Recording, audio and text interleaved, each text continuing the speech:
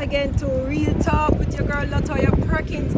I am downtown Fayetteville in North Carolina, and today's topic is going to be about defying the odds. I think she's a senior, but at the same time, she's still young at heart. She does a lot of stuff.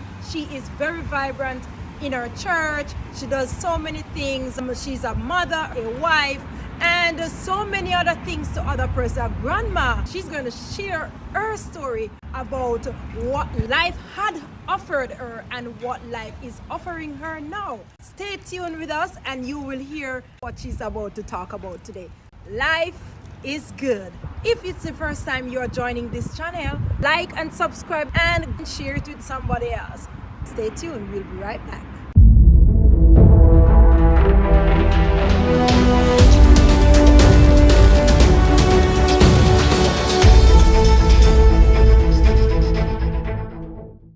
Mrs. Esther Perkins, my mom. Thanks for joining Real Talk. As a child growing up, what was life like for you as a young girl?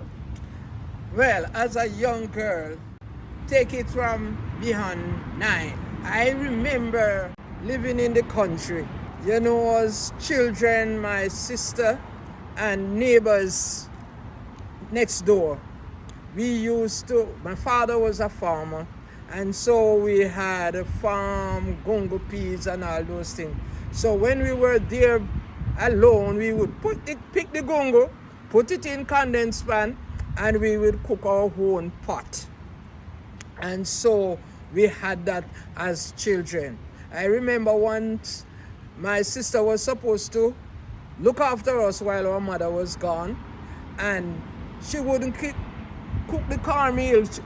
Turn cornmeal was for our lunch, and she was this dressmaker, keep sewing and sit on the machine all day. My sister and I could not stand the hunger, so we decided to cook the cornmeal ourselves.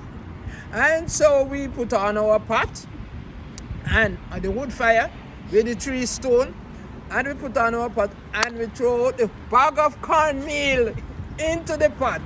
And as we see it look soaked and all wet up, we take it off. So when we're ready to eat, cornmeal not cooked, but we had our lunch.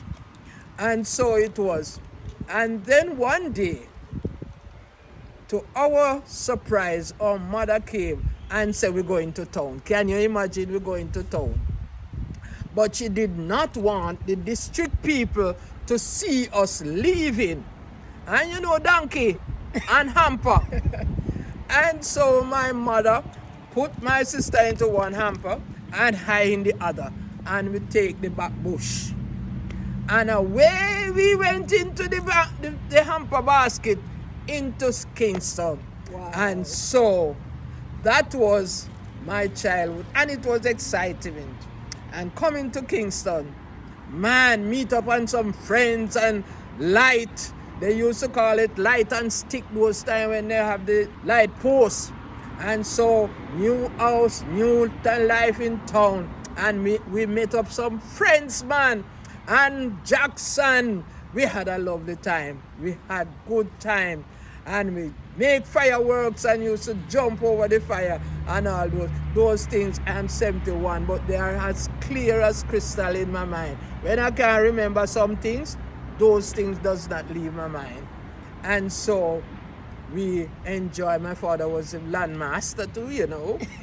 And so we had this big yard for ourselves. I remember one time we were playing jacks and my mother was calling me. And mama was calling me and calling and I don't hear because Jack's sweet me.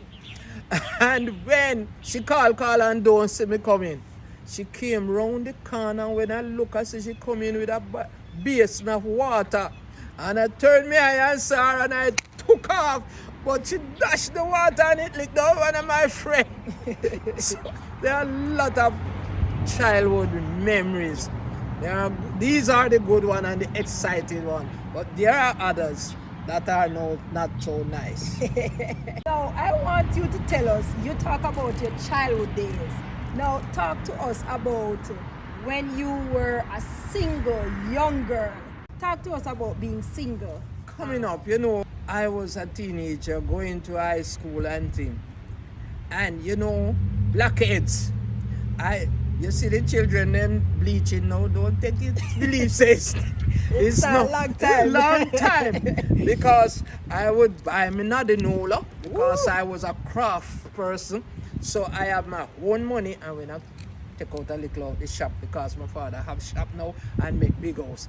And Nadinola, man, all the while you see me, I always have my bottle of Nadinola to squeeze out the blackheads out of my face. I would dress up in the evening and there was the tenant yard and we were living over in the new house, big house with 11 apartment now. Lot of boys around there, you know. Lot of boys. And on the street, very busy, whole heap of young children.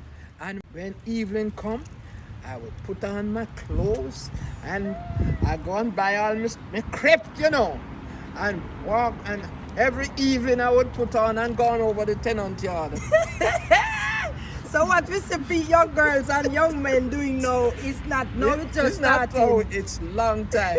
And so we always dress up to go out. But when the boys talk to you, you know, nowadays we would say, you see, you know, when the dogs them see the male, you see they flashing the tail. And I saw you see the little girl them flashing the tail.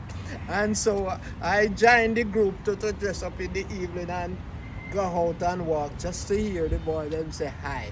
And they were hankering after me, you know, because I was deacon daughter and the shop and the tenant. And so that was it. As a girl growing up, going to high school, finish school, learning my craft and those. I was independent. I could make my own money. Going to the school when it come to exam time, my God, I'm up here wasn't too hot because my sister, she took the book and if around her looked like a pig pen, she would just be studying. But I feel I can't study in the pig pen, so I would do all the cleanup and niceness. And so when time the book come, my mother always say your brain tired. So when Francella, my sister, used to take the book, she rest and sleep and no care how the PlayStation not fixing, she only studying. And while I would be working and I never get that subject. I came out of school and I did some after school work and thing. I get one subject in dressmaking and so I can do home management. I'm good and keeping house and all those things, and that's what I used to do from when I was a child. So that's it. I really had a good life as a child. Coming up as a teenager, because I didn't have the upstairs, I was, call it the mother for my sister and my two nieces, Audrey and Rona. I took care of them, so it's like I was a mother. And I always loved Dolly. That's that. I mean, 6 kids. 6. Yes.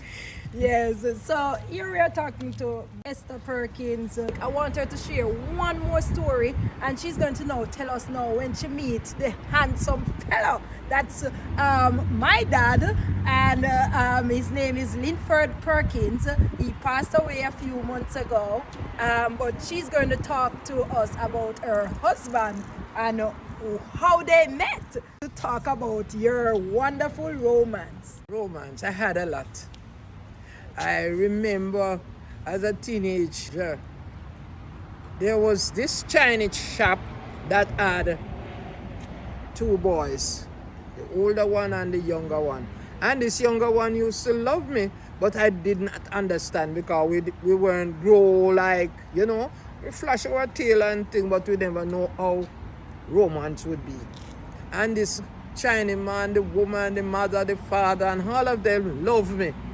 But I never understand, or else I would marry to a Chinese. That's why, maybe it was in my heart, that's why she looked like a Chinese. I'm growing up, leaving school now and thing. The tenant yard full of young men and everybody after deacon daughter. So this tenant came in Nice, slim young man. He was working. Many young guys, you know.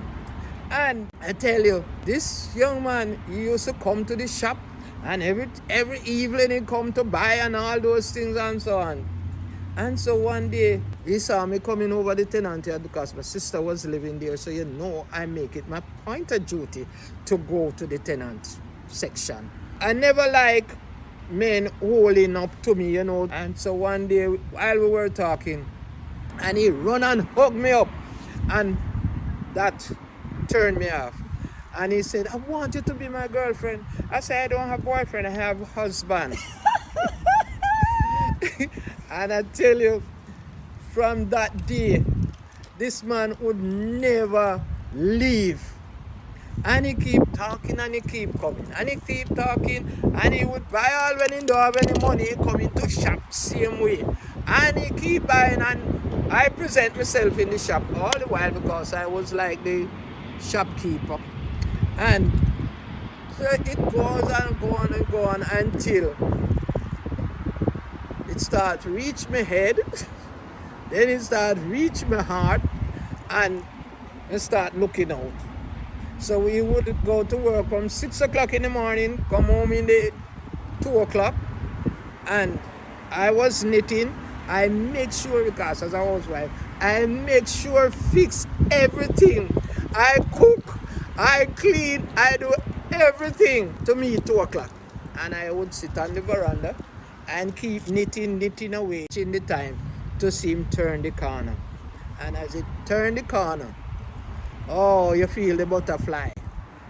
Many want to feel the butterfly, but you got to wait. And so it went on until things start coming together and my father get involved. And from your father get involved and say a brown skin man and all these things. But you know, courting, we have our differences and we keep quarreling and we making up and quarreling and making up. But when the father get into the business, a different thing, married. And my mother always tell me, say, anytime anybody talking to you, don't stay alone, don't stay by yourself with them. Tell us, and so we can know what happened. And so me fast and go tell mama.